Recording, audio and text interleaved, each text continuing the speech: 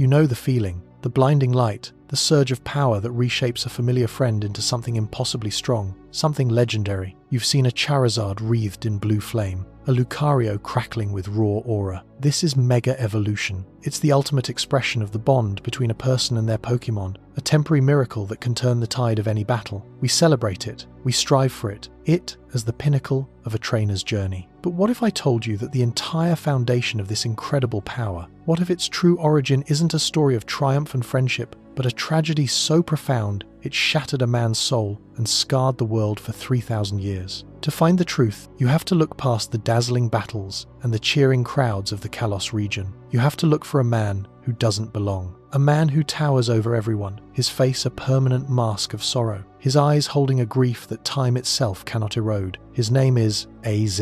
He was once a king, and the story of Mega Evolution is not one of a bond, but of a bond that was violently broken. It began with a war, a pointless conflict that stole the one thing he loved more than life itself, a tiny, precious Floette, a Pokémon he had raised from a single flower. In the abyss of his despair, this king, this broken man, would stop at nothing to get her back. He swore he would build a machine to grant her eternal life. But in his madness and his grief, he created something else entirely. He built a weapon of unimaginable destruction, powered by the stolen life force of countless other Pokémon. He succeeded. His Floette returned to him, immortal, but the cost was unforgivable. The energy unleashed that day didn't just end a war, it created a new kind of power, bathing the world in a strange radiation and scattering stones infused with sorrow and rage. These were the very first Mega Stones. This is the original sin of the Pokémon world, a story of a king's love so powerful it became the world's greatest weapon. And so, tonight, we journey back 3 millennia. We will uncover the full, heartbreaking story of the Giant King, his immortal flower, and the terrible machine he built that gave birth to Mega Evolution. Settle in as we descend into the forgotten history of the Kalos region.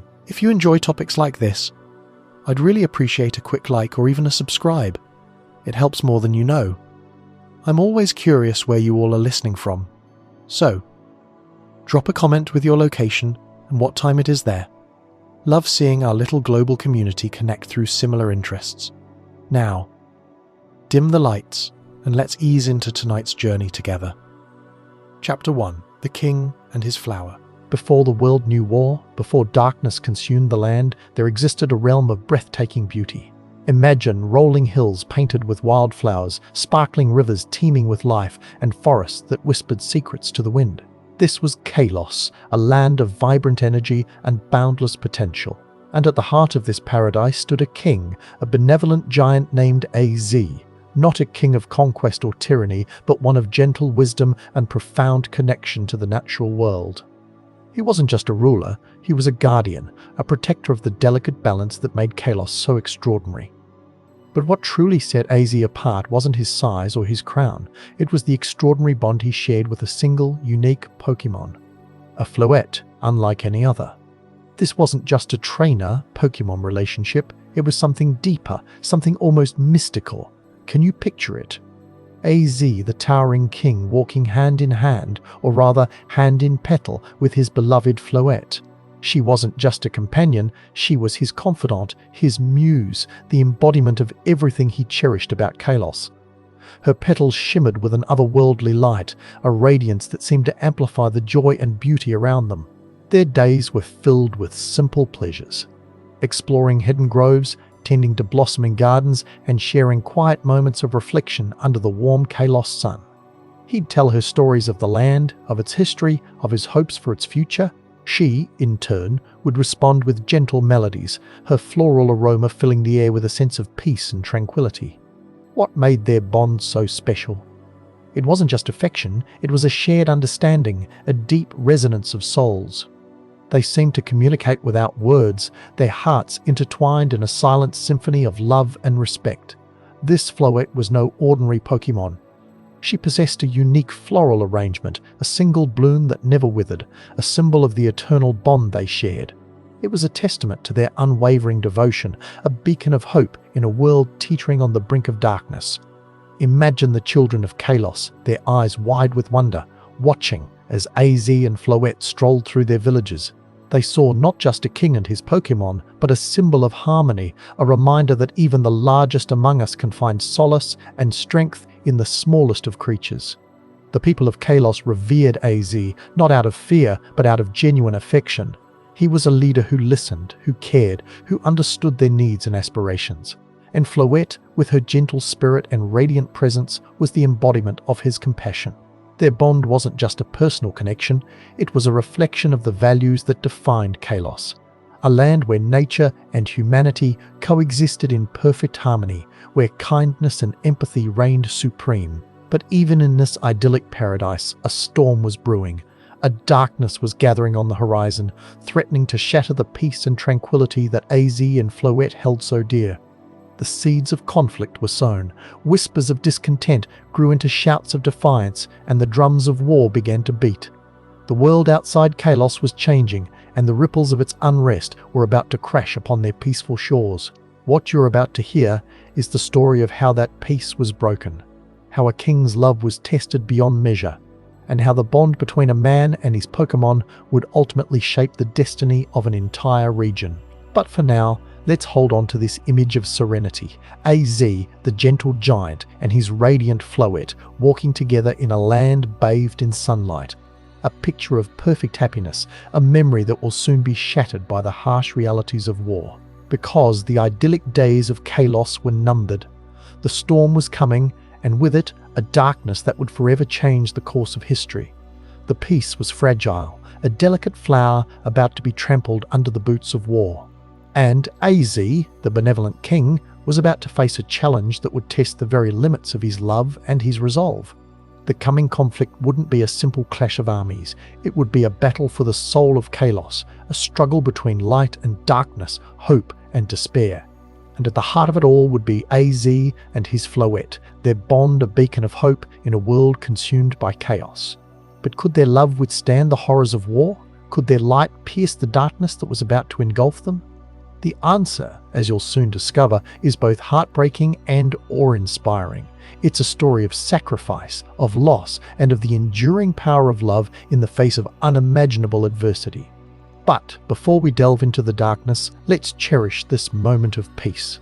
Let's remember the beauty of Kalos, the kindness of its king, and the radiant bond between AZ and his Floette. Because it's this memory, this image of perfect harmony, that will make the coming tragedy all the more poignant, all the more devastating. The stage is set, the players are in place, and the curtain is about to rise on a drama that will echo through the ages. So take a deep breath, close your eyes, and let the story unfold. Let the sounds of Kalos fill your ears, let the warmth of its sun caress your skin, and let the love between AZ and Floette touch your heart. For this is where the legend begins. This is where the seeds of Mega Evolution are sown, and this is where the fate of Kalos hangs in the balance. But the tranquility wouldn't last. The war horns were sounding, and the call to arms would soon shatter the peace forever. The idyllic world was about to be consumed by a conflict that would test the very fabric of their society, and the bond between AZ and Floette would be pushed to its breaking point. Their love story, once a symbol of hope and harmony, was about to become a tragic tale of loss and despair. But even in the darkest of times, their connection would continue to resonate, a reminder of the beauty that once was and the hope for a future that could be. So prepare yourself, because the storm is gathering, the war is coming, and the world of AZ and Floette is about to be shattered beyond recognition. But before that happens, let's take one last look at this peaceful scene. Let's etch it into our memories so that we never forget the beauty that was lost, the innocence that was stolen, and the love that was tested beyond its limits. Because the tragedy of AZ and Floette is not just a story of war and loss, it's a story of resilience, of hope, and of the enduring power of the human spirit. And it all begins here, in this idyllic paradise, with a king and his flower, unaware of the darkness that awaits them. But even as the shadows lengthen, their love shines brightly, a beacon of hope in a world about to be consumed by chaos. Their story is a reminder that even in the face of unimaginable adversity, love can endure, and that even in the darkest of times, there is always hope for a brighter future. But the darkness was relentless, and the war was inevitable. The drums of conflict were beating louder, and the call to arms could no longer be ignored. The peaceful kingdom of Kalos was about to be plunged into a brutal and pointless war, a conflict that would forever change the lives of its people and the fate of its land. And at the heart of this tragedy would be AZ and his Floette, their love tested beyond measure, their bond pushed to its breaking point. The idyllic world they knew was about to be shattered, replaced by a landscape of destruction and despair. But even in the midst of chaos, their love would continue to burn, a flame of hope in the darkness. Their story is a testament to the enduring power of love in the face of unimaginable adversity, a reminder that even in the darkest of times there is always hope for a brighter future. But the war was coming, and nothing could stop it. The fate of Kalos was sealed, and the lives of its people were about to be forever changed. And as the storm gathers, we can only watch and wait, hoping that somehow, amidst the chaos and destruction, love will prevail. But what sparked this devastating conflict? What forces conspired to tear apart this peaceful kingdom and plunge it into such a brutal war? And more importantly, what role would AZ and his beloved Floette play in the unfolding tragedy? That, my friends, is what we will uncover next, because the idyllic pre-war period of Kalos was about to come to a screeching halt. Chapter 2: The Great War of Kalos. Imagine Kalos, a land bathed in sunlight, a kingdom where Pokémon and humans lived in harmony, but even in paradise, shadows can creep in. A darkness was stirring, a conflict brewing that would shatter the idyllic world AZ had known. What began as a dispute over resources, perhaps a clash of ideologies, soon spiraled into something far more sinister, a full-blown war. This wasn't some minor skirmish, some border dispute easily resolved. This was a war that consumed the entire Kalos region, tearing families apart, devastating the landscape, and forcing Pokémon into the role of weapons. Can you picture it? Pokémon, creatures of immense power and inherent goodness, forced to unleash their abilities not for protection, not for sport, but for destruction.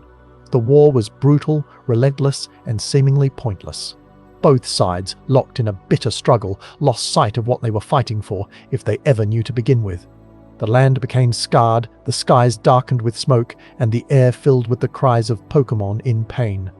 It was a tragedy of unimaginable scale, a wound that would take millennia to heal. And amidst this chaos, this senseless destruction, AZ found his world irrevocably changed. The war machine, indiscriminate in its cruelty, reached even into his peaceful kingdom. The unthinkable happened.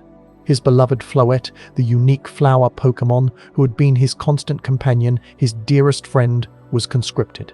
Can you imagine the king's anguish? His heart, already heavy with the suffering around him, now faced the prospect of losing the one being he held most dear. Floette, despite her gentle nature, possessed a hidden strength, a fierce loyalty to those she loved. She went willingly, believing she could make a difference, that her powers could be used to heal the wounded, to protect the innocent. Perhaps she even believed she could bring an end to the fighting. But war is a cruel mistress, and even the purest of hearts are not immune to its ravages. The battles raged on, each more devastating than the last. Pokémon clashed, unleashing torrents of fire, storms of ice, and blasts of pure energy. The land trembled under the weight of their conflict. And then, the unthinkable happened. News reached AZ, carried on the wind like a poisoned arrow. Floette had fallen. She had been caught in the crossfire, a victim of the senseless violence that had engulfed their world. Her life, so vibrant, so full of promise, was extinguished in an instant. The flower that had bloomed so brightly was now withered, gone forever. The light in AZ's world went out. Can you imagine the crushing weight of that moment? The king, who had once ruled with wisdom and compassion, now stood broken, consumed by grief. The war had taken everything from him, stripped him of his joy, his hope, his very reason for being. This wasn't just the loss of a pet or even a friend. This was the loss of a soulmate, a kindred spirit, the one being who truly understood him. Floette was more than just a Pokémon. She was a part of him, an extension of his own heart. And now, she was gone. The war, which had seemed so distant, so abstract, had suddenly become intensely personal. It had reached into his life and stolen the one thing he could not bear to lose. This marked the beginning of AZ's descent. The grief was all-consuming. He was no longer the benevolent king, the wise ruler. He was a man driven by a single, all-consuming desire to bring his Floette back. The pain was unbearable, the loss too profound. He couldn't accept that she was gone. He wouldn't accept it. He refused to believe that their bond, so pure and so strong, could be severed by the cruel hand of fate. And so he made a vow, a solemn promise to himself, to the heavens, to the memory of his beloved Floette. He would find a way to bring her back, no matter the cost. He would defy death itself, if necessary. This wasn't a rational decision, born of careful consideration. This was a desperate act, fueled by raw emotion, by the unyielding power of grief. It was the vow of a man pushed to the brink, a man willing to sacrifice anything, even his own soul, to reclaim what he had lost. He retreated into himself, shutting out the world, consumed by his sorrow and his determination. The affairs of state were neglected, the needs of his people ignored. All that mattered was finding a way to bring Floette back. And as he delved deeper into his grief, a dark idea began to take shape in his mind, a desperate plan born of desperation and fueled by the burning embers of his love. He would create something powerful enough to defy death itself. He would build a machine, a grand and terrible device that could harness the power of life and death, a machine that could bring his Floette back from the beyond. This was no longer the dream of a grieving king. This was the obsession of a man consumed, a man teetering on the edge of madness. The line between love and obsession had blurred, and AZ was hurtling towards a point of no return. The war raged on, a constant reminder of his loss, a fuel for his burning desire. Each day the death toll rose, the destruction spread, and AZ's resolve hardened. He would not let Floette's death be in vain.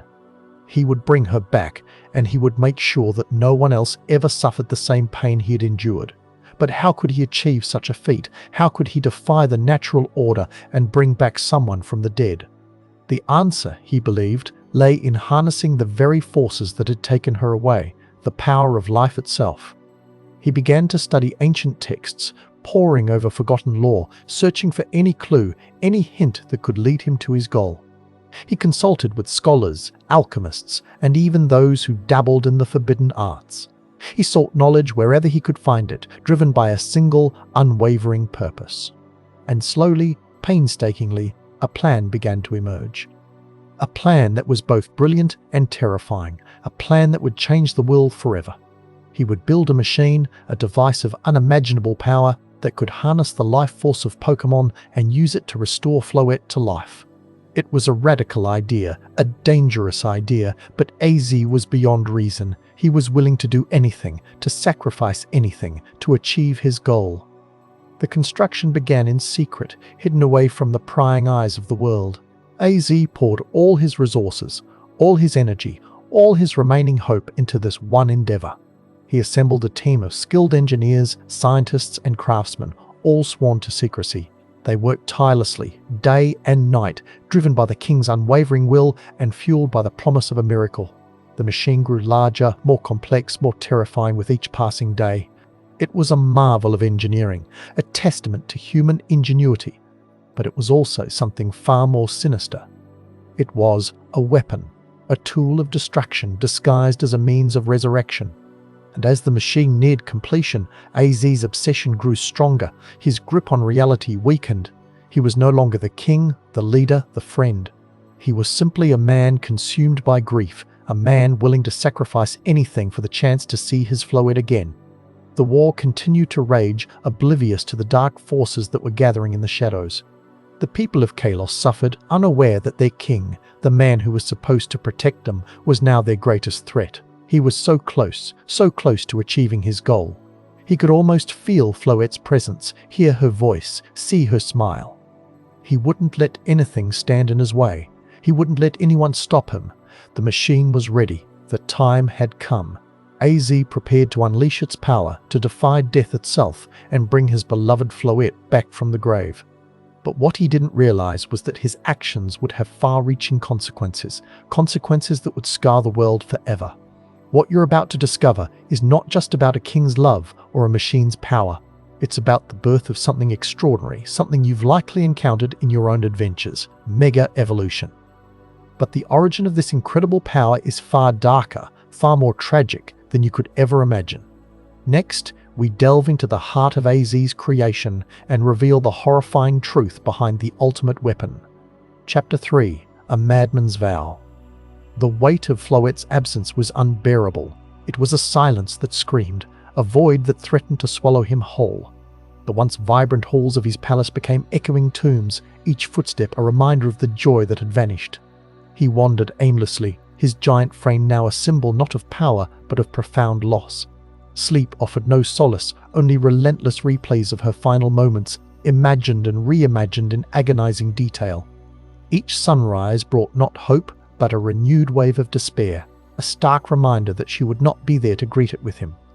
How could a world so beautiful, so full of life, be so cruel? How could it take away the one thing that made his existence worthwhile? The grief twisted within him, festering like a wound left untended. It began to warp his perception, to cloud his judgment. He saw the war not as a political conflict, but as a personal affront, a monstrous act that had dared to steal his happiness. And in that warped perception, a dangerous idea began to take root. He would bring her back. It started as a whisper, a fragile hope clinging to the edge of reason. But as the days turned into weeks and the weeks into months, the whisper grew into a roar, a burning obsession that consumed his every thought. He would defy death itself. He would unravel the mysteries of life and loss, and he would bring his beloved Floette back to his side. But how? How could he possibly achieve the impossible? The answer, he realized, lay in the very power that had taken her away, the power of Pokémon, the power of life itself. He would harness that power, bend it to his will, and use it to rewrite fate. He withdrew from the world, isolating himself in his laboratory, a sprawling complex hidden deep beneath the palace. He pored over ancient texts, consulted with the most brilliant minds in the region, and delved into forbidden knowledge, all in pursuit of his singular goal. He became a recluse, a ghost haunting his own kingdom, his only companion, the burning image of Floette in his mind. His advisors pleaded with him, begging him to abandon his obsession, to focus on rebuilding the war-torn nation, but their words fell on deaf ears. He was deaf to everything except the relentless beat of his own desperate heart. He was no longer a king, no longer a leader. He was a man possessed, driven by a grief so profound that it had shattered his sanity. And so he began to build. He envisioned a machine unlike anything the world had ever seen, a colossal engine of life and death, capable of manipulating the very essence of existence. It would be a testament to his love, a monument to his grief, a weapon against the cruel hand of fate. The design was complex, intricate, bordering on madness. He poured all his knowledge, all his resources, all his remaining sanity into the project. He experimented with rare and powerful Pokémon, studying their life force, their energy, their very souls. He sought to understand the secrets of resurrection, the mechanics of immortality. His methods grew increasingly unorthodox. He pushed the boundaries of ethics, of morality, driven by the singular, unwavering belief that the ends justified the means. He justified his actions by telling himself that it was all for her, all for Floette. The machine took shape slowly, painstakingly, piece by piece. It was a monstrous creation, a tangle of wires, gears, and crystals, pulsating with an unholy energy. It towered over him, a dark and imposing presence, a physical manifestation of his twisted obsession. As the machine neared completion, a sense of anticipation mixed with a profound unease filled him. He was on the verge of achieving the impossible, of defying the natural order. But at what cost? He pushed the thought aside, focusing only on the image of Floette, on the promise of her return. He knew that what he was doing was dangerous, that it could have unforeseen consequences. But he didn't care. He was willing to risk everything, to sacrifice everything, for the chance to hold her in his arms again. The machine hummed, vibrated, pulsed with power. He could feel the energy coursing through the very ground beneath him. It was a terrifying, exhilarating sensation. He was on the precipice of something extraordinary, something that would change the world forever. He took a deep breath, steeling himself for the final step. He placed his hand on the activation lever, his heart pounding in his chest. This was it. This was the moment of truth. He closed his eyes, picturing Floette's smiling face, her gentle eyes, her radiant beauty. He remembered the joy they had shared, the love they had felt, and with a surge of determination he pulled the lever. The machine roared to life, unleashing a torrent of energy that filled the laboratory. The air crackled with electricity, the ground trembled beneath his feet. A blinding light engulfed him, and he felt a surge of power unlike anything he had ever experienced. He had done it. He had defied death. He had brought her back, or so he thought. The light subsided, and he slowly opened his eyes. There, standing before him, bathed in the ethereal glow of the machine, was Floette. She was as beautiful as he remembered, her flower radiating a soft, gentle light. But as he looked closer, he saw something in her eyes, something that chilled him to the bone. It was not joy, not love, not even recognition. It was horror. She looked at him with a mixture of fear and disgust, as if he were a monster, not the man she had once loved. And in that moment, he knew that he had made a terrible mistake. He had achieved his goal, but at a price he could never have imagined. He had brought her back, but he had lost her forever. But the machine's work was not yet done.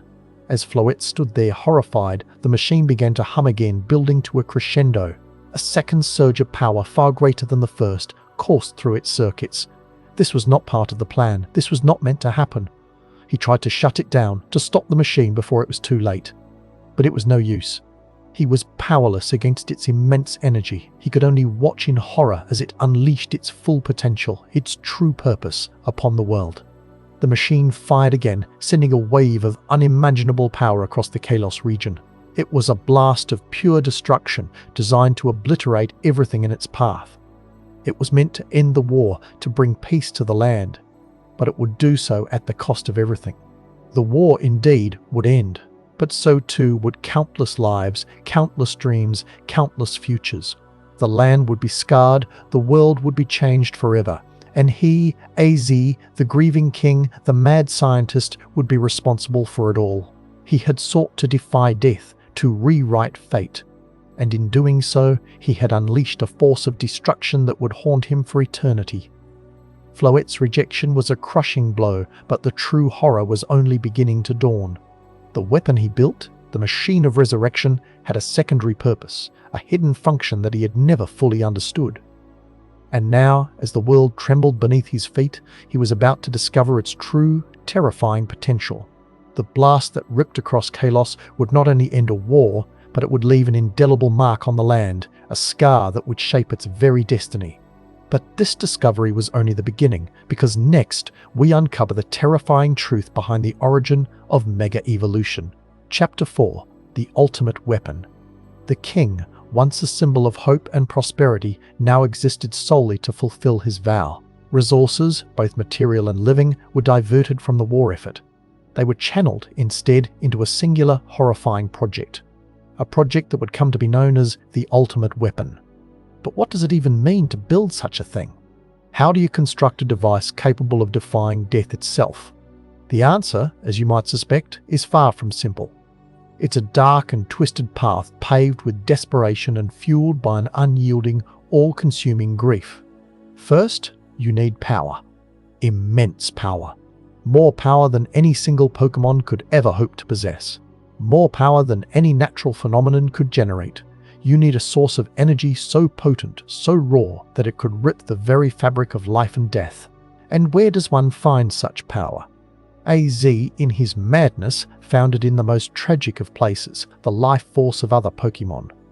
Imagine, if you will, countless Pokémon, innocent creatures torn from their homes, forced into servitude, their very essence slowly, methodically drained away, their energy, their life, siphoned off to fuel the king's terrible machine. It's a gruesome image, isn't it? A stark contrast to the idyllic Kalos we saw before. The construction itself was a marvel of engineering, a testament to AZ's twisted genius. A colossal structure of metal and stone, rising from the earth like a grotesque monument to sorrow. Gears grinded, pistons pumped, and strange otherworldly energies crackled in the air. It was a symphony of suffering, a mechanical nightmare fueled by the stolen life force of the innocent. But how, you might ask, does one even begin to steal the life force of a Pokémon? The details are, thankfully, lost to history, obscured by time and regret.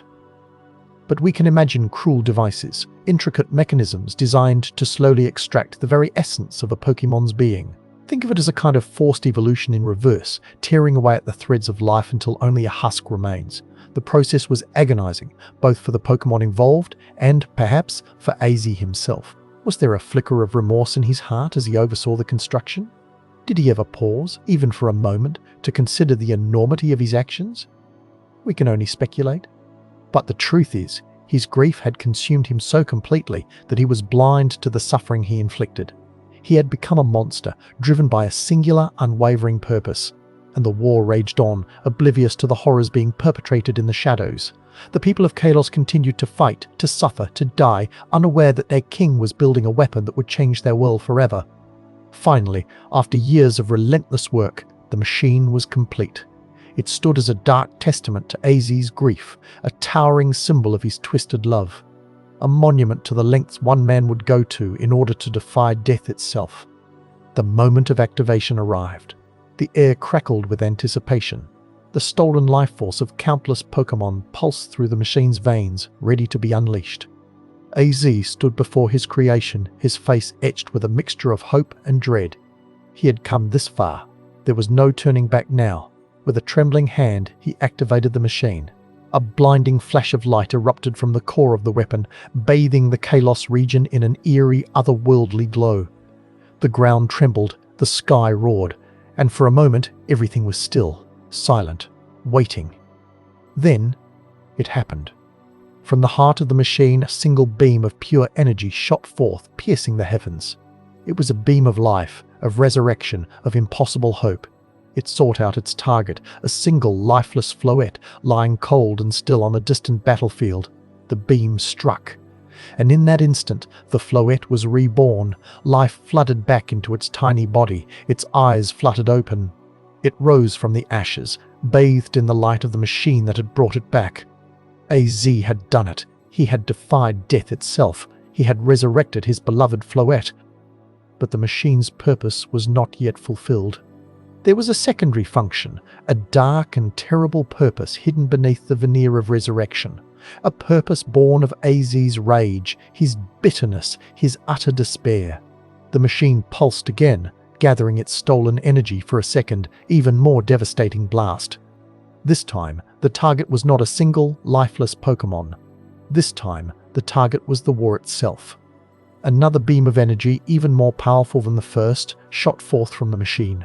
But this beam was not life-giving. It was destructive, annihilating. It was a weapon of utter and complete devastation. It struck the battlefields of Kalos, unleashing a wave of unimaginable power. Pokémon were vaporized. Armies were obliterated. Entire landscapes were reduced to smoldering ruins. The war was over. But the victory was Pyrrhic. The cost was too high. The destruction was too complete. AZ, in his grief and rage, had ended the war by ending everything. The ultimate weapon had fulfilled its purpose. It had resurrected Floette. It had ended the war. But it had also unleashed a wave of destruction that would scar the Kalos region for millennia to come. And as the dust settled, as the screams faded, as the silence descended upon the ravaged land, AZ stood before his creation, his beloved Floette by his side. He had achieved his goal. He had brought her back. But at what cost? The answer, as you'll soon discover, is more heartbreaking than you can possibly imagine. For the flower he resurrected was about to deliver the cruelest blow of all. Before we dive deeper into this incredible journey, I'm curious, where in the world are you watching this from? Drop a comment below and let our global community know. And if you're finding this as mind-blowing as I am, hit that like button to help more people discover the story. Chapter 5. The Immortal Flower's Rejection. She returned. A blinding flash, a rush of warmth, and there she was. Floette, her flower radiant, her eyes sparkling with the same joy AZ remembered. He reached out, his heart overflowing, ready to embrace the Pokémon he had sacrificed everything to reclaim. But something was wrong. Floette didn't flutter into his arms. She hovered, suspended in the air, her usual cheerful song replaced by an unsettling silence. Her gaze, once filled with unwavering affection, now held a chilling mix of confusion and horror. What could be wrong? Had the machine malfunctioned? Was she not truly? AZ's mind raced, desperately seeking an explanation for the stark contrast between his expectations and the reality before him. He stammered, Floette? It's me, AZ. I brought you back. His words hung in the air, unanswered. Floette remained motionless, her eyes fixed on the colossal machine that towered behind him, its dark metal gleaming ominously. Slowly, her gaze shifted, focusing on the barren landscape surrounding them. The vibrant fields of Kalos, once teeming with life, were now scarred and desolate, the earth cracked and lifeless. You have to understand, AZ didn't see it. Blinded by his grief, consumed by his singular purpose, he failed to recognize the devastation he had wrought. He only saw his beloved Floette return to him after an eternity of suffering. But Floette saw it all. She saw the ravaged land, the silent testament to the weapon's destructive power. She felt the lingering energy, the echoes of stolen life that permeated the air. And then the realization dawned. It washed over her like a tidal wave, a horrifying understanding of the price of her resurrection. The machine, the life force, it all clicked into place. She knew with a certainty that chilled her to her very core that her return had been bought with the suffering of countless innocent Pokémon. Imagine, if you will, the sheer magnitude of that revelation. To be brought back from the void only to discover that your very existence is a testament to unimaginable cruelty. To learn that the man you loved, the king you trusted, had committed an act of such profound darkness in your name. Floette finally broke the silence. But it wasn't the sweet melody AZ longed to hear. It was a cry of anguish, a sound that echoed through the desolate landscape, a sound that would haunt AZ for the rest of his immortal existence. What have you done?" she whispered, her voice trembling with disbelief and pain. AZ, still oblivious, beamed with pride. "I did it for you, Floette. I brought you back. I ended the war." He gestured towards the weapon, his voice filled with a twisted sense of accomplishment. "This machine, it gave you life again. It brought peace to Kalos." "Peace?" Floette looked around at the scarred earth, at the silent, empty fields. What peace could be built on such a foundation of suffering? She focused her gaze on AZ, her eyes filled with a sorrow so profound it seemed to extinguish the light within them. This isn't life," she said, her voice barely audible. "This is a mockery of life. You stole the life force of others to bring me back? How could you?" The truth finally began to dawn on AZ. He saw the horror in Floette's eyes, the revulsion in her posture. He saw for the first time the devastation he had caused.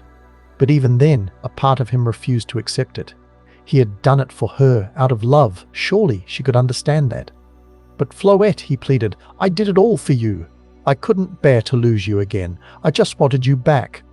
Floette shook her head, her flower drooping with grief. "You didn't bring back AZ. You brought back a monster, a symbol of your sin." And then she made her decision. With a final, heart-wrenching look at the man she had once loved, Floette turned and flew away. She soared into the sky, a tiny speck of light against the vast, empty horizon, leaving AZ standing alone amidst the ruins of his ambition. Imagine the despair, the utter desolation that consumed him in that moment. He had achieved his impossible goal, resurrected his beloved Floette, but in doing so, he had lost her forever. He was left with immortality, yes, but also with the crushing weight of his actions, the unbearable knowledge that he had become the very monster he sought to destroy. He called out her name, his voice cracking with anguish, but she was gone, vanished, leaving him alone in a world he had irrevocably broken. The silence that followed was deafening. The only sound was the wind whistling through the desolate landscape, a mournful dirge for a love lost, a kingdom shattered, and a soul condemned to eternal suffering. AZ was alone, utterly irrevocably alone. His immortality, once a symbol of his power, now became his curse. He was doomed to wander the earth, a living ghost haunted by the memory of his beloved Floette and the horrifying consequences of his actions. He had built a monument to love, but it had become a monument to despair. He had sought to defy death, but in doing so, he had created a legacy of destruction that would echo through the ages. You might think this is the end of the story. The king, heartbroken and alone, doomed to wander for eternity. The flower, forever scarred by the truth of her resurrection, choosing to abandon the one she once loved, a tragic end to a tragic tale. But it wasn't the end. It was only the beginning. because the ultimate weapon didn't just resurrect Floette and end the war. It unleashed something far more profound, something that would reshape the very fabric of the Pokémon world. The energy released by the weapon, the stolen life force, the raw power of destruction, it all had to go somewhere. And it did. It infused the very stones of Kalos, imbuing them with a power unlike anything seen before. Power that could unlock hidden potential, power that could transform Pokémon into something more.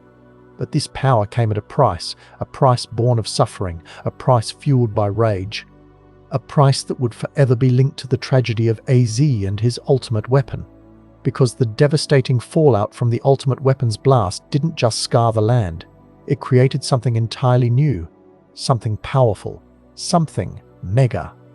And that, my friends, is the true, tragic origin of Mega Evolution.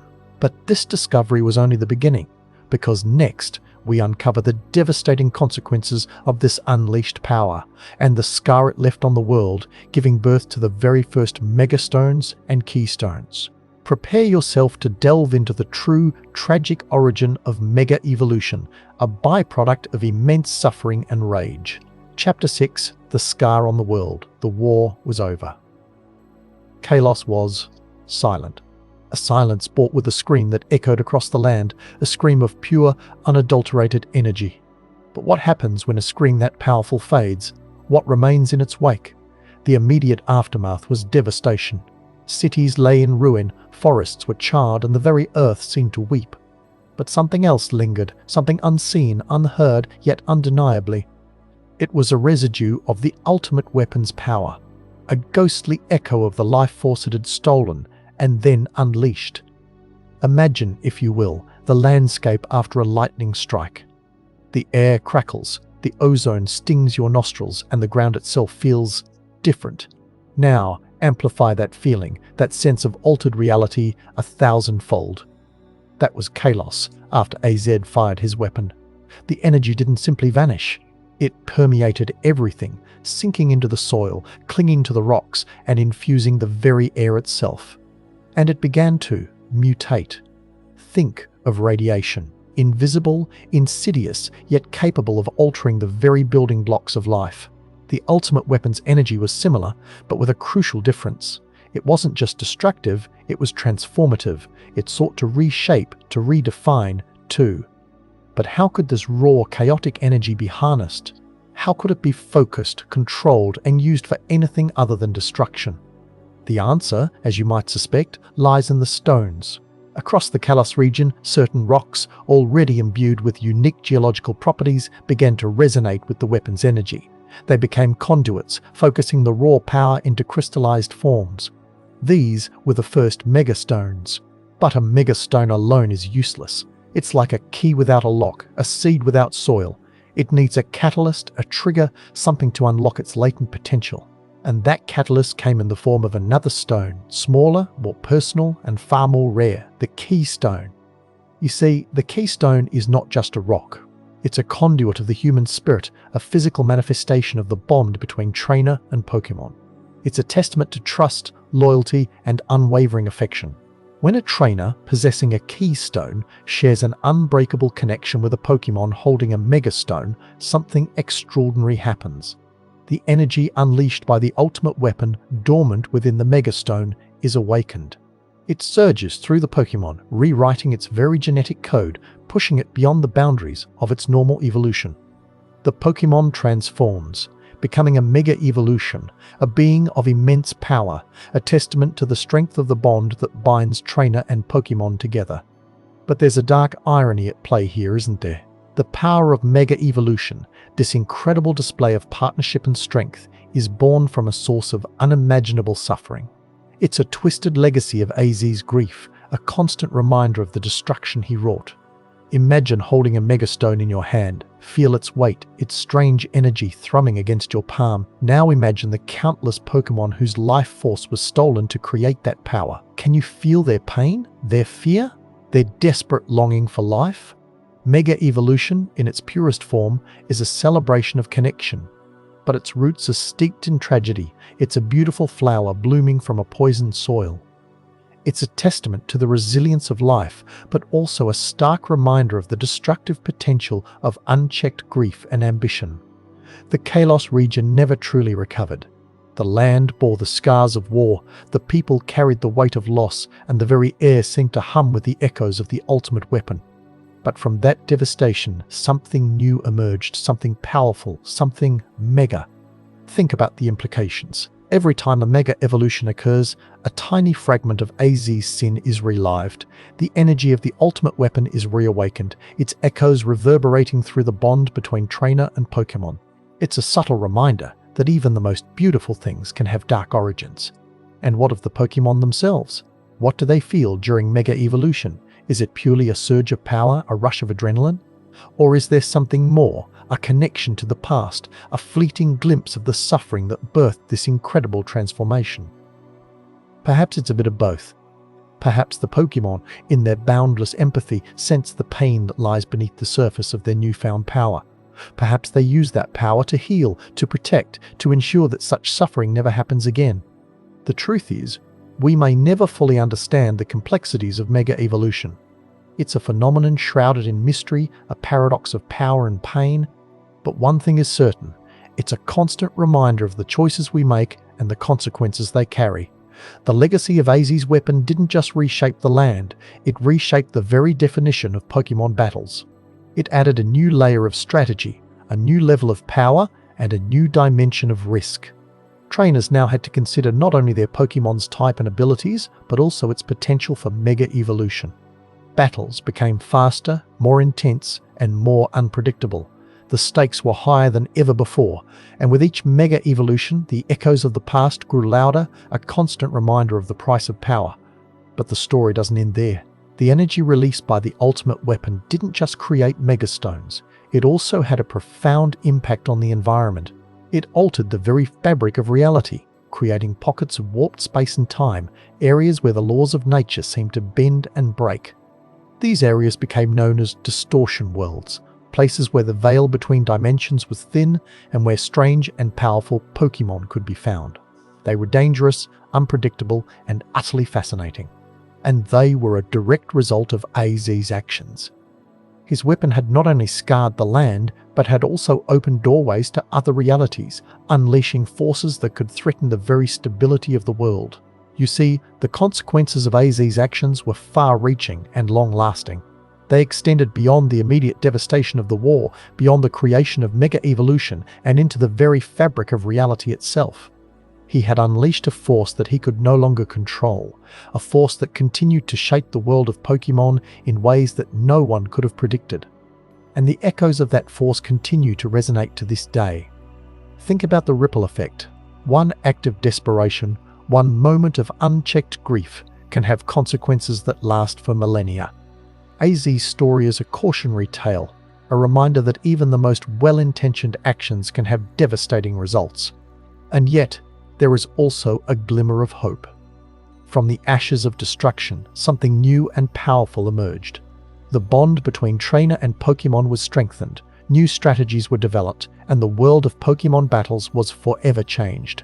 Mega Evolution is a symbol of both tragedy and triumph, a reminder of the darkness that can lurk beneath the surface of even the most beautiful things. It's a testament to the resilience of life and the enduring power of hope. But what if the energy of the ultimate weapon could be harnessed in a different way? What if it could be used not for destruction or transformation, but for creation? What if it could be used to build a better future? That's the question that hangs over Lumiosa City, the glittering capital of Kalos, as it prepares for its grand redevelopment. The city, still bearing the scars of the past, is poised to become a beacon of innovation and progress. But the legacy of AZ and his weapon looms large, a constant reminder of the potential for destruction that lies within even the most ambitious projects. Can Lumio City overcome its dark past and build a future worthy of its name? The answer, as always, lies in the choices we make. It lies in our ability to learn from the mistakes of the past and to harness the power of connection for the betterment of all. It lies in our willingness to embrace hope, even in the face of despair. And it lies, perhaps, in the rediscovery of a lost technology, a way to channel the energy of the ultimate weapon for peaceful purposes, a way to heal the scars of the past and build a brighter future for all. Consider the possibilities. Imagine a city powered by clean, sustainable energy, a city where technology and nature coexist in harmony, a city where the bonds between humans and Pokémon are stronger than ever before. That's the vision of Lumio's city, a vision that is both ambitious and inspiring. But it's also a vision that is fraught with peril. The legacy of AZ's weapon is a constant reminder of the potential for disaster. Can Lumio's city succeed in its quest for progress? Can it overcome the shadows of the past and build a future worthy of its name? The answer, as you'll soon discover, is far more complex than you might imagine. But this scar on the world, this lingering echo of AZ's weapon, it wasn't just about stones and transformations. It was about the very air itself, the invisible energy that permeated Kalos, subtly influencing the Pokémon that lived there. And that influence, that subtle alteration, led to something even more profound, something that would challenge the very foundations of Pokémon evolution. But to understand that, we need to delve into the hidden corners of the Kalos region, to explore the forgotten myths and legends that whisper of a power beyond Mega Evolution, a power that could reshape the very destiny of Pokémon. And that's precisely what we'll uncover next, as we delve into the secrets of Primal Reversion. Chapter 7. A3W0W, Year Penance. Imagine the weight of centuries. Not just years, but the slow, grinding passage of eras, each one a silent testament to your failure. This is the burden AZ now carried, an immortal giant adrift in a world forever marked by his sin. The war was over, yes, but at what cost? He had sought to end suffering, but instead he unleashed a pain that would echo through generations. His beloved Floette was back, yet her eyes held a profound sorrow, a reflection of the countless lives extinguished to fuel her return. Her rejection was a blade twisting in his heart, a wound that time could never heal. So he walked. 3,000 years. A penance measured not in prayers or self-flagellation, but in footsteps. Across fields where wildflowers once bloomed, now scarred by the earth-shattering energy of the ultimate weapon. Through villages rebuilt from ash, their inhabitants whispering tales of the giant who brought both salvation and destruction. He became a ghost in his own world, a legend whispered in hushed tones around crackling fires. Did you ever hear the story of a lone traveler, impossibly tall, with eyes that held the weight of the world? Perhaps a glimpse caught in the corner of your eye, a fleeting shadow passing through a bustling marketplace. That might have been AZ. He witnessed empires rise and fall, scientific marvels reshape the world, and the slow, agonizing march of time erode the very landscapes he once knew. Each new era was a fresh reminder of his unchanging state, his inability to escape the consequences of his actions. Imagine seeing the world move on, constantly evolving, while you remain tethered to a single, devastating moment. He saw new Pokémon species discovered, new forms of technology emerge, and new generations born into a world forever shaped by the events he triggered. He was a living fossil, a relic of a bygone era, forever haunted by the ghosts of the past. There are accounts scattered throughout history hinting at his presence. A farmer in a struggling village speaks of a giant stranger who appeared during a drought, inexplicably causing the parched land to bloom with vibrant life before vanishing without a trace. A scholar in an ancient library records the visit of a towering figure who possessed an uncanny knowledge of forgotten languages and lost civilizations. These are not tales of a benevolent savior. These are glimpses of a man desperately searching for redemption, a way to atone for the unforgivable.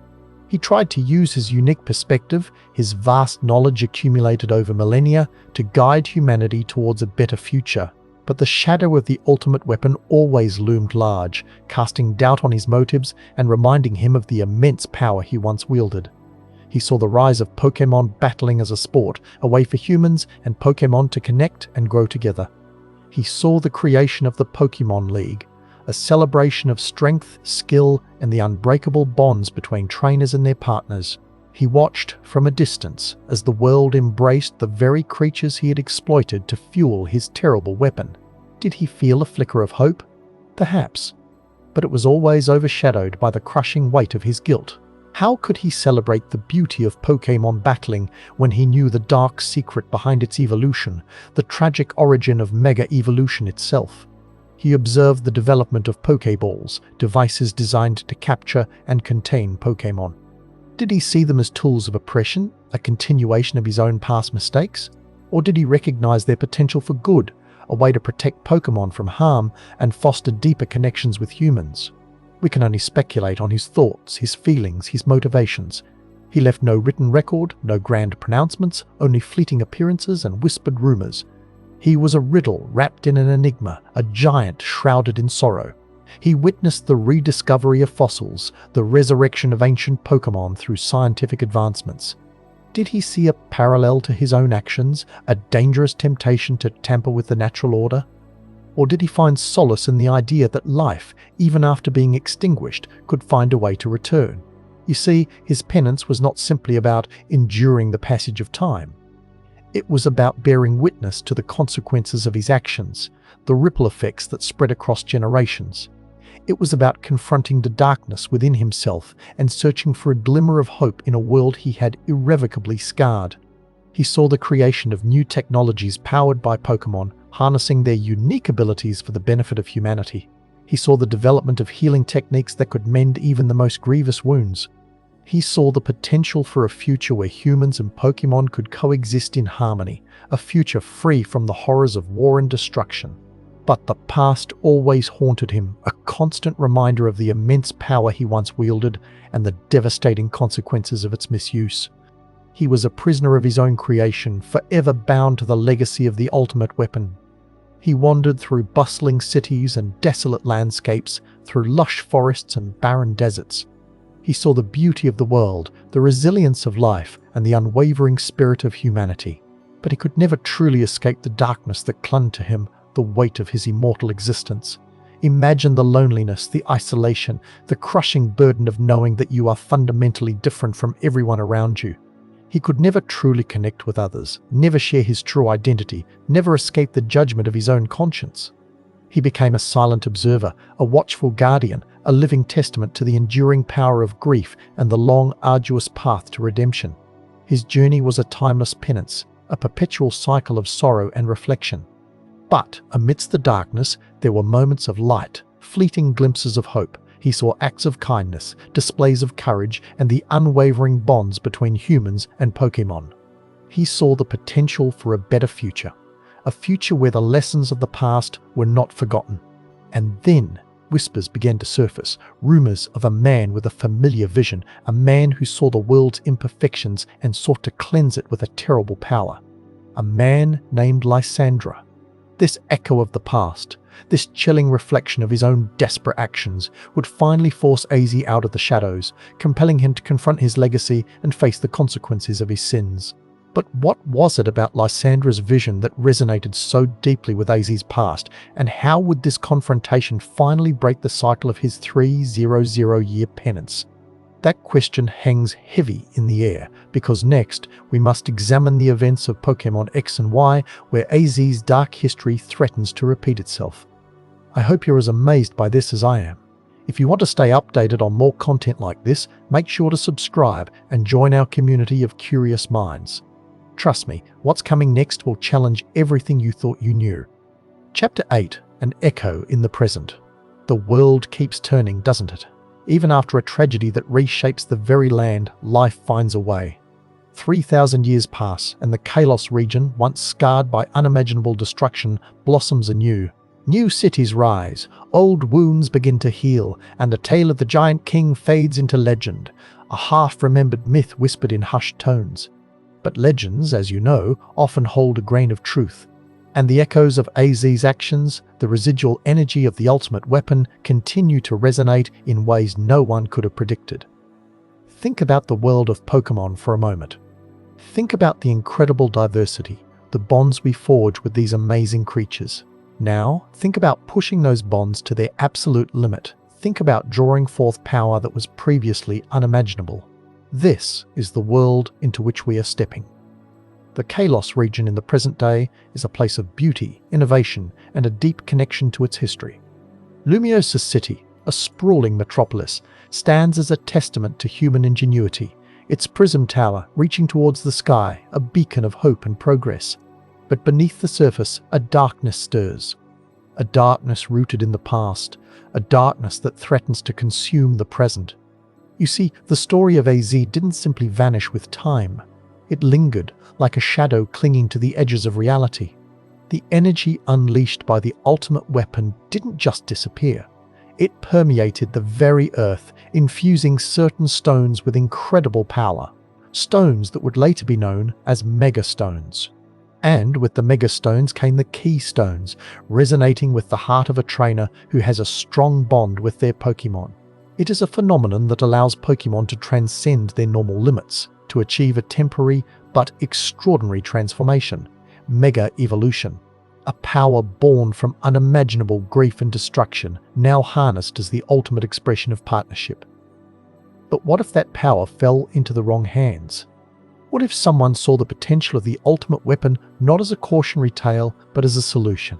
Enter Lysandra, a name that will soon send a chill down your spine.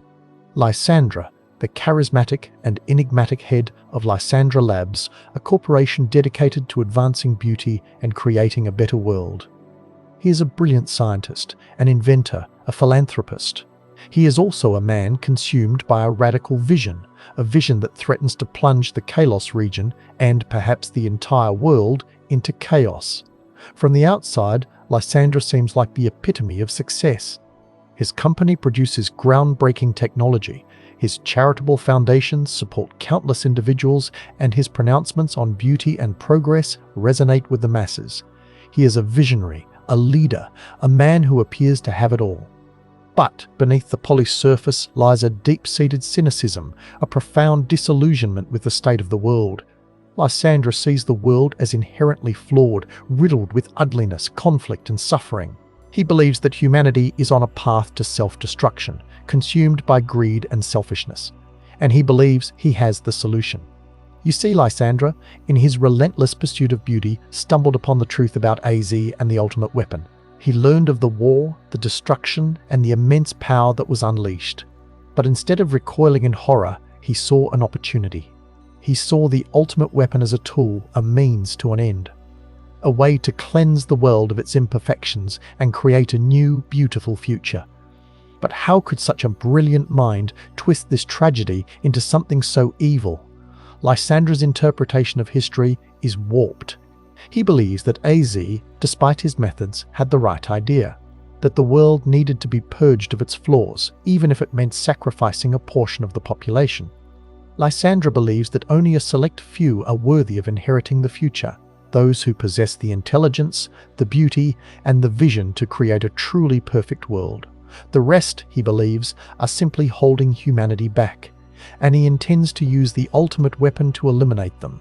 He sees himself as a savior, a revolutionary, a man who is willing to make the difficult choices necessary to secure a brighter future for the chosen few.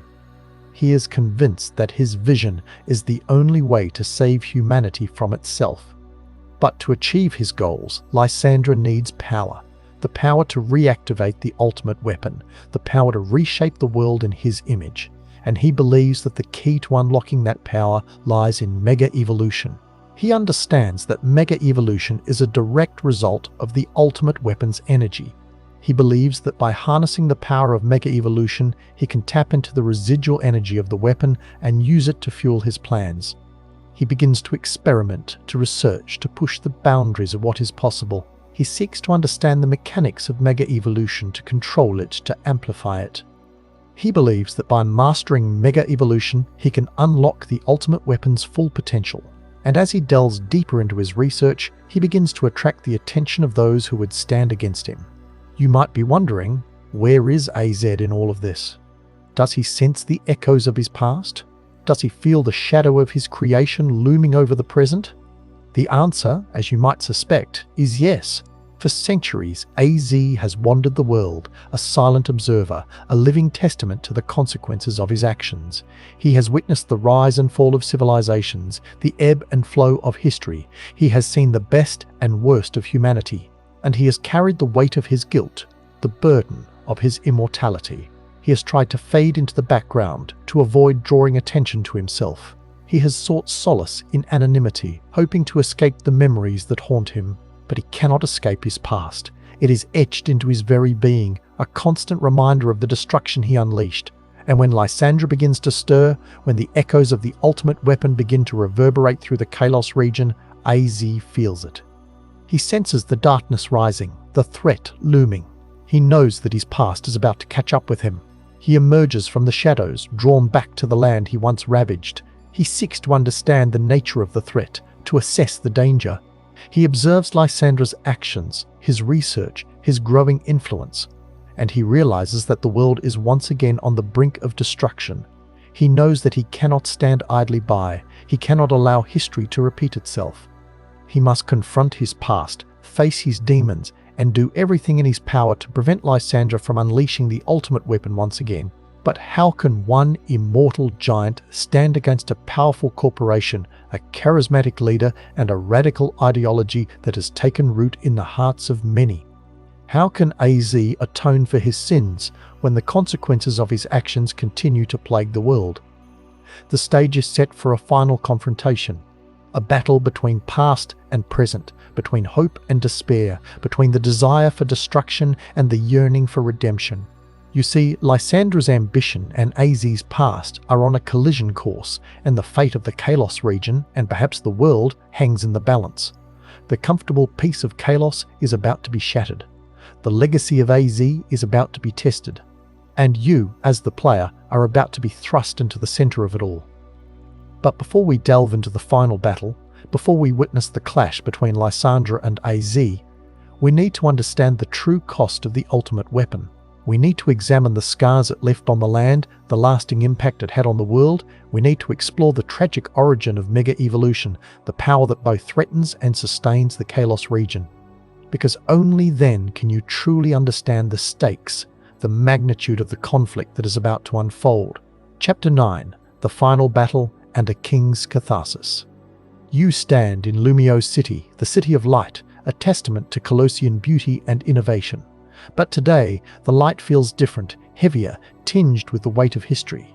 You've become the champion, a beacon of hope for this region, a protector of Pokémon and people alike. You faced down Team Flare, stared into the abyss of Lysandra's madness, and emerged victorious. But the journey isn't over, not quite. A figure emerges from the shadows, impossibly tall, his presence radiating an ancient sorrow. It's AZ, the giant, the wanderer, the king who lost everything. His eyes, pools at endless time, lock onto yours. There's no malice there, no lingering madness, only a profound and weary sadness. He speaks, his voice a low rumble that seems to resonate from the very stones of Lumiosi. Champion, he says, the title sounding foreign on his tongue. I have watched you. I have seen your bond with your Pokémon, a bond I once thought lost forever. But I must test it. I must understand. He challenges you to a battle, not out of hatred, not out of a desire for destruction, but out of a desperate need to understand the very thing that has eluded him for 3,000 years, true connection. This isn't just another battle, this is a confrontation with history itself, a chance to heal a wound that has festered for millennia. This is AZ's final test, and yours as well. The battle begins. His Pokémon, powerful and ancient, reflect his own sorrow and resilience. A Golurk, perhaps a relic from his own time, moves with a mechanical precision, a haunting reminder of the artificial means he once employed.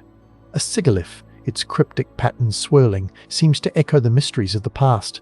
He battles with a skill honed over centuries, but there's a hesitation in his movements, a reluctance in his commands. He's not trying to crush you, he's trying to understand you. Each attack is a question, each defense a plea. As you fight, you begin to see glimpses of the man beneath the sorrow, the king who once loved a single flower above all else. You see the intelligence in his strategies, the care he takes with his Pokémon, even as he commands them to battle. But it's his last Pokémon that truly reveals the depth of his pain. A Florges appears, a magnificent creature adorned with a single vibrant flower. But it's not just any Florges. This one is different, radiating a unique energy, an ancient power. This is the key. This is the test. This Florges is the embodiment of his lost love, a ghost of the past made real. He commands it with a reverence that borders on desperation. It's clear that this battle is not about winning or losing, it's about confronting the pain that has consumed him for so long. You battle with all your heart, not to defeat him, but to show him the power of the bond you share with your own Pokémon.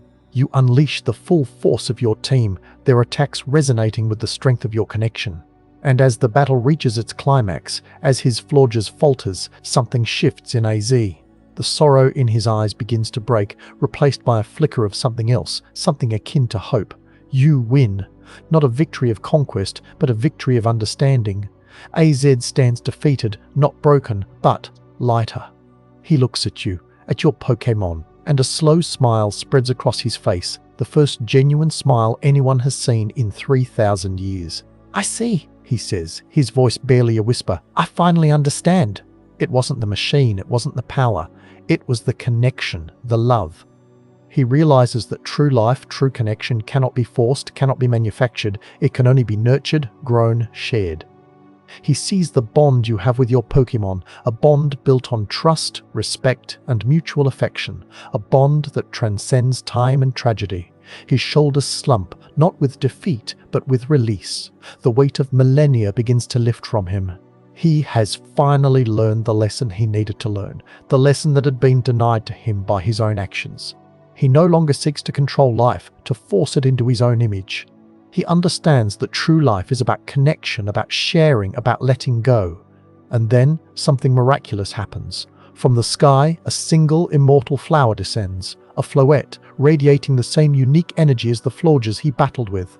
But this is not a ghost, not a memory. This is real. It hovers before him, its floral crown shimmering in the luminous sunlight. It looks at him, not with the horror and rejection he has carried for so long, but with forgiveness. He reaches out a trembling hand, and the Floette lands gently upon his palm. Their reunion is silent, profound, a moment that transcends words. 3,000 years of separation, of grief, of regret, washed away in a single, perfect moment. He has found his Floette. He has found peace. He has found redemption. The crowd that has gathered to witness the battle erupts in cheers. They are not cheering for a champion, but for a king who has finally found his way home. They are cheering for hope, for healing, for the possibility of redemption, even after the darkest of deeds. AZ looks at you, his eyes filled with gratitude. "Thank you," he says, his voice choked with emotion. "You have shown me the way." He understands now that his penance is over. His journey is not yet complete, but he is no longer alone. He has a purpose, a reason to live, a reason to hope. He turns and walks away, hand in hand with his Floette, two figures silhouetted against the luminous skyline. They are not the king and his flower, but simply two souls reunited after a long and arduous journey. The battle is over, the tragedy resolved. AZ has found his catharsis, his release from the prison of his own making. But the echoes of his actions, the scars left by the ultimate weapon, remain etched upon the land. The energy unleashed by that weapon, the stolen life force of countless Pokémon, did not simply vanish. It permeated the very stones of Kalos, infusing them with a strange and potent power. A power that would forever change the landscape of Pokémon battles. You've seen it yourself. The surge of energy, the blinding light, the transformation into something beyond the ordinary. You know it as Mega Evolution. But do you know its true origin? Do you understand the dark secret that lies at the heart of this incredible power? Mega Evolution is not simply a gift, a blessing bestowed upon trainers and their Pokémon. It is a legacy of suffering, a byproduct of unimaginable destruction.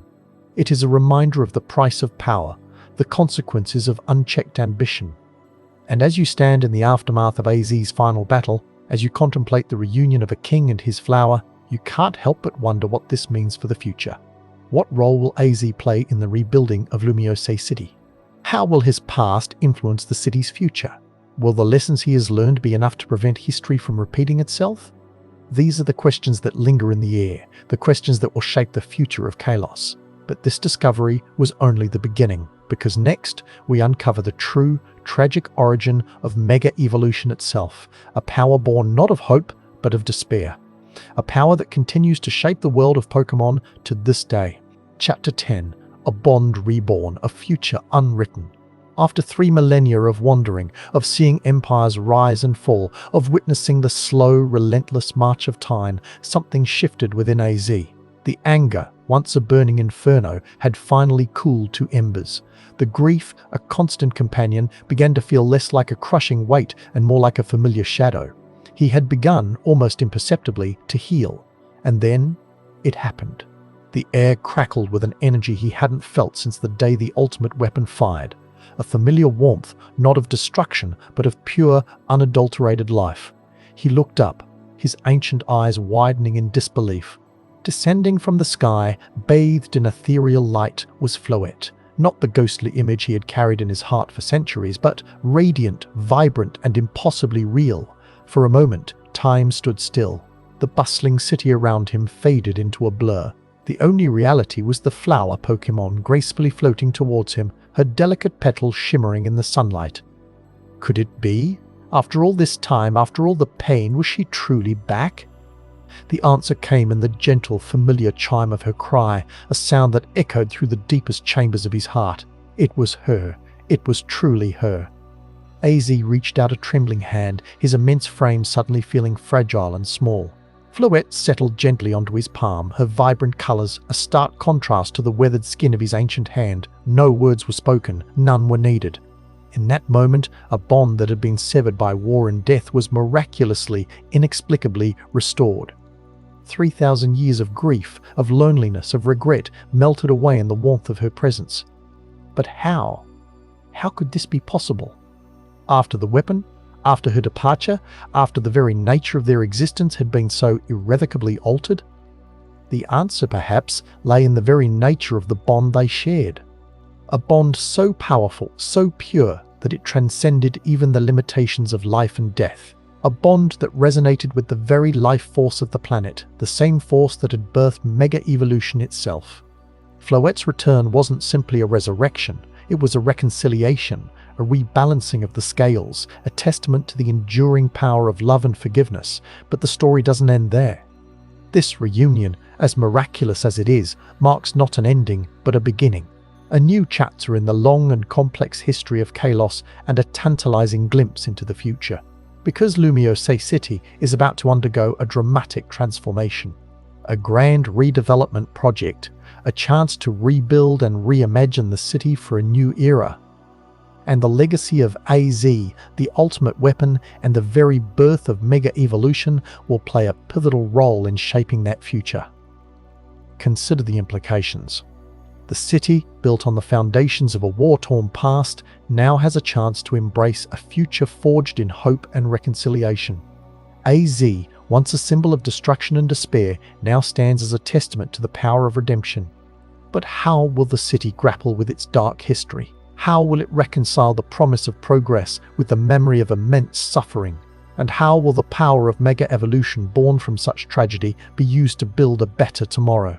These are the questions that loom large as Lumiose City prepares for its grand transformation. And the answers, you'll find, are far more complex and fascinating than you might imagine. The return of Floette isn't just a personal victory for AZ, it's a catalyst.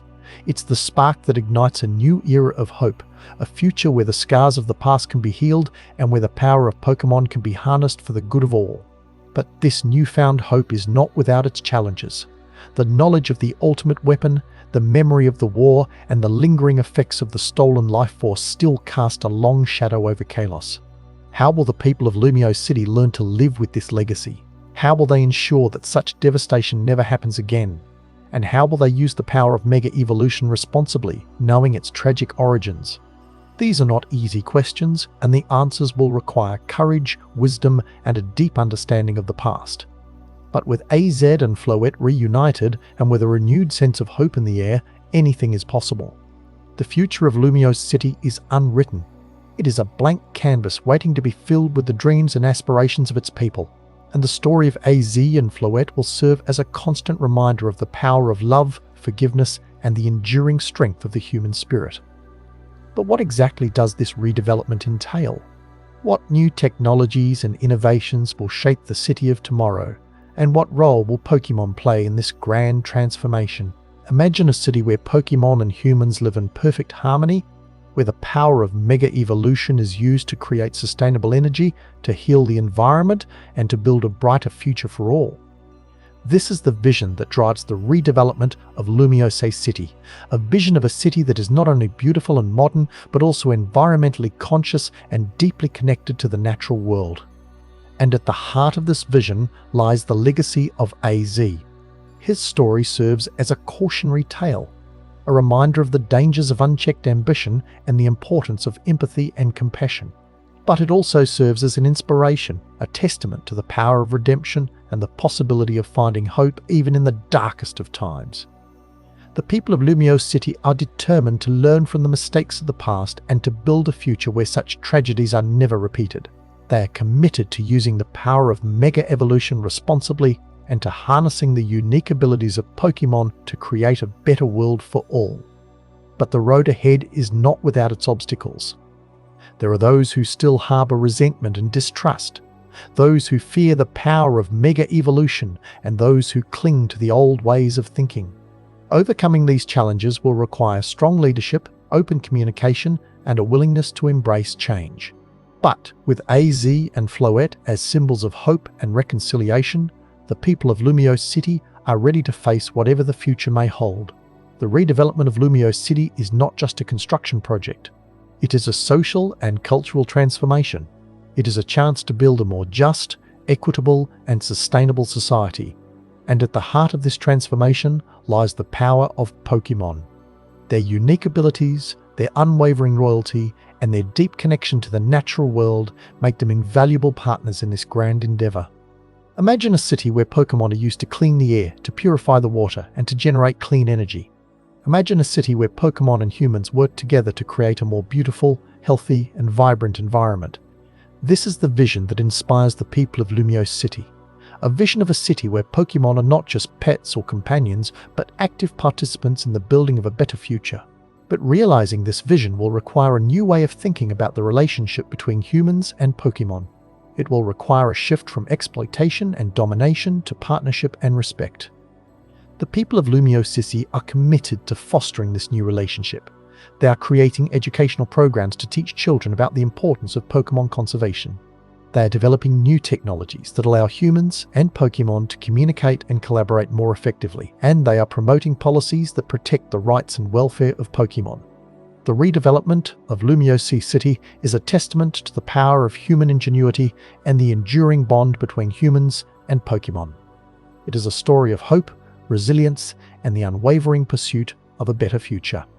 And at the heart of this story lies the legacy of AZ and Floette. Their reunion serves as a reminder that even the deepest wounds can be healed, that even the most tragic past can be overcome, and that even the most unlikely of reunions can spark a new era of hope and reconciliation. The future of Lumiose City is bright. The possibilities are endless, and the story of AZ and Floette will continue to inspire generations to come. But even with this renewed hope, questions linger. The ultimate weapon, though dormant, still exists. Its potential for destruction remains a chilling reminder of the past. What measures will be taken to ensure it never falls into the wrong hands again? How will the knowledge of its existence be passed down to future generations so they may learn from the mistakes of the past? And what are the other consequences of the weapon's blast? The megastones scattered across the region hold immense power. But that power comes at a cost born from the suffering of countless Pokémon. How will the people of Kalos learn to wield this power responsibly? How will they ensure that mega evolution is used for the good of all and not as a tool for exploitation or destruction? These are the questions that will shape the future of Kalos, and the answers will determine whether the region can truly heal from the wounds of the past. The legacy of AZ is not just a story of tragedy and redemption, it is a call to action. A call to learn from the mistakes of the past, to embrace the power of hope, and to build a future where humans and Pokémon can live in harmony. And as Lumiose City embarks on its grand transformation, the world will be watching to see if a city built on the foundations of war can truly become a beacon of peace. Watching to see if the power of mega evolution can be harnessed for the good of all. And watching to see if the legacy of AZ can inspire a new era of hope and reconciliation. The future is unwritten, but with courage, wisdom, and a deep understanding of the past, anything is possible. The reunion of AZ and Floette is a powerful symbol, a testament to the enduring power of love and forgiveness. But it is also a reminder that the past can never be truly erased. Its scars remain, etched into the landscape and into the hearts of the people. The challenge for Lumio City is to learn to live with this legacy, to acknowledge the pain of the past, and to use that knowledge to build a better future. This will require a willingness to confront difficult truths, to engage in open and honest dialogue, and to create a society where everyone feels valued and respected. It will also require a commitment to preserving the memory of those who suffered during the war, to honouring their sacrifices, and to ensuring that their stories are never forgotten. The redevelopment of Lumio City is not just about building new buildings and creating new technologies.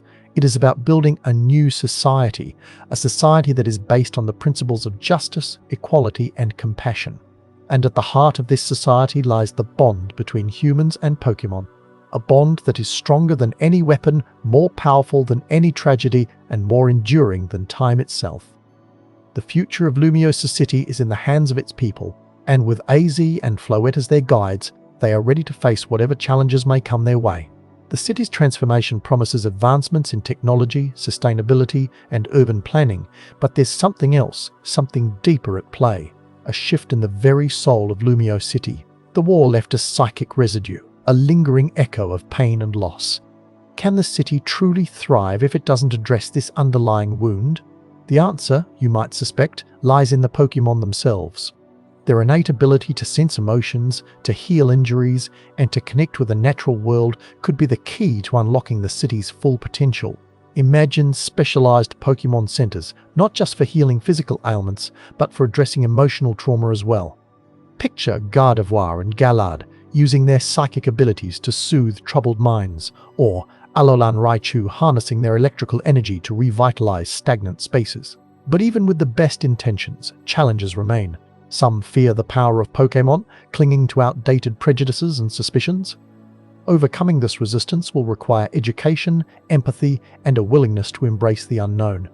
The redevelopment of Lumio City is a grand experiment, a test of humanity's ability to learn from its mistakes and to build a better future. And the success of this experiment hinges on the strength of the bond between humans and Pokémon.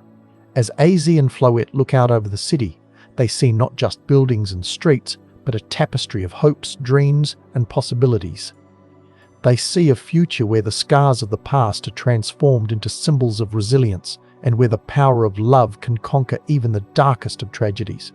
The journey ahead will be long and arduous, but with the spirit of hope guiding their way, the people of Lumio City are ready to embark on this extraordinary adventure. And so, the stage is set. The pieces are in place.